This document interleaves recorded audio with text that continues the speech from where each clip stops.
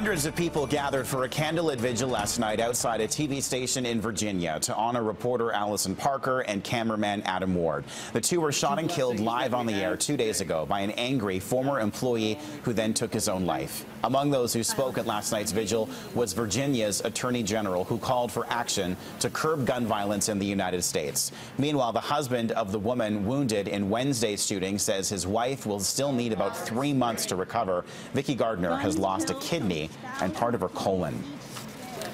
The Canadian Medical Association would like to see all provinces have a mandatory program where the vaccination records of students is readily available to health officials. BC's Chief Medical Health Officer is agreeing with the suggestion. Dr. Perry Kendall says vaccinations are safe and effective, and they protect children from a large number of infectious diseases. He agrees with the CMA when they say all health records of children's vaccinations should be accessible when they start school.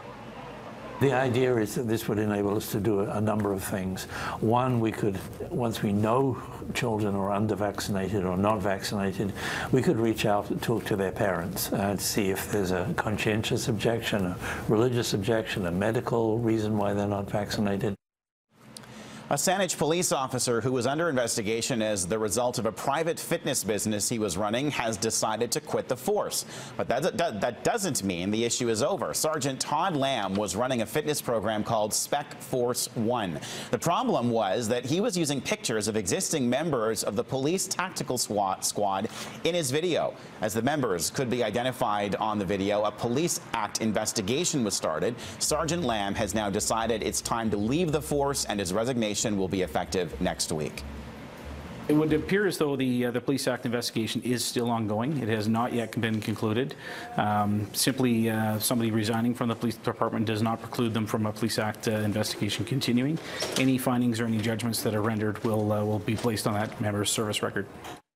Frustration is growing over ongoing delays to the long-awaited Killarney Senior Centre in Vancouver. The holdup is centering around a legal dispute between the Park Board and the Community Centre Association. Plans for the Senior Centre have been in the works for more than 2 decades. We worked very hard to go out and raise the money for the construction. The money's been sitting in the bank now for a year, so there's really no excuse. And every day the value of the dollar seems to be dropping. Have you noticed that? So I wonder if we're going to have enough money when they finally decide to settle this matter. Surrey firefighters say a large brush fire in the Green Timbers urban forest was likely caused by humans. The fire smoldered in the ground and covered an area about 200 by 300 feet.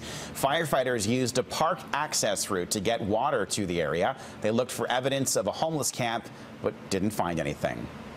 We do feel the cause is human related, but we don't have any evidence of the cause. We haven't had any lightning strikes in the area the last few days, so there's no reason for this fire just to start on its own.